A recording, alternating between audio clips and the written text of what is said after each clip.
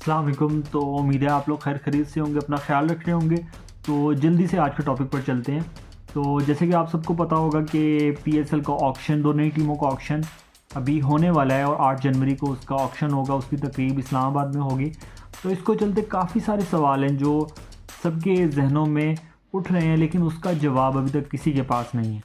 उसका जवाब ना तो पीएसएल इंतज़ामिया के पास है और ना तो उसका जवाब कोई पीएसएल के कर्ता धर्ता के पास है।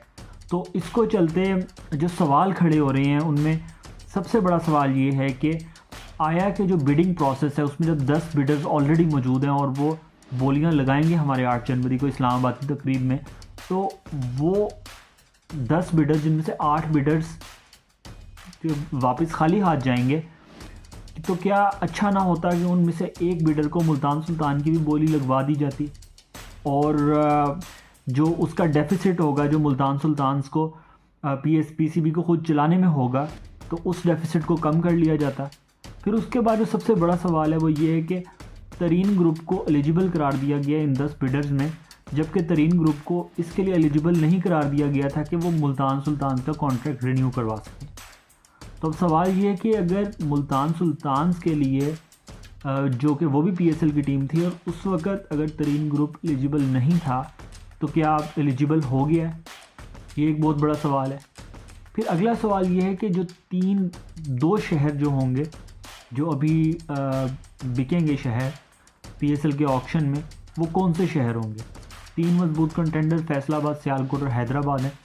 लेकिन अब इसमें अगर फैसलाबाद की तो ऑलमोस्ट पक्की न्यूज़ है कि वो एक टीम होगी ही होगी और दूसरे जो 2 शहर हैं वो सियालकोट और हैदराबाद।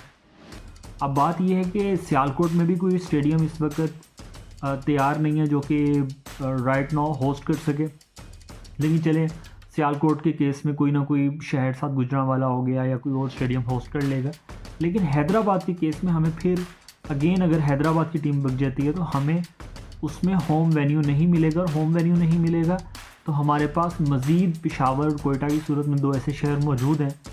और इसी को चलते एक हमारे पास अच्छी खबर भी है कि जिसमें पहले पीसीबी और पीएसएल तमाम टीमों को $14 लाख का एक बजट देता था, जिसमें सब टीमों को उसी को यूटिलाइज़ करके सब प्लेयर्स को ख़रीदना होता था। उसमें एक अच्छी खबर ये आई है कि पीसीबी ने उसमें एक डायरेक्ट साइनिंग अलाउ कर दी है कि $14 लाख का बजट सब प्लेयर्स को ख़रीदने में यूज़ होगा और एक मार्की प्लेयर उसको पीसीबी इजाज़त देगा कि उस $14 लाख के बजट के अलावा वो उसको डायरेक्ट साइनिंग में यूज़ कर सकते हैं। मतलब तकरीबन हम ये कह सकते हैं कि $2 से $3 लाख तक इस बजट में इजाफ़ा किया गया, जो कि एक अच्छी खबर है।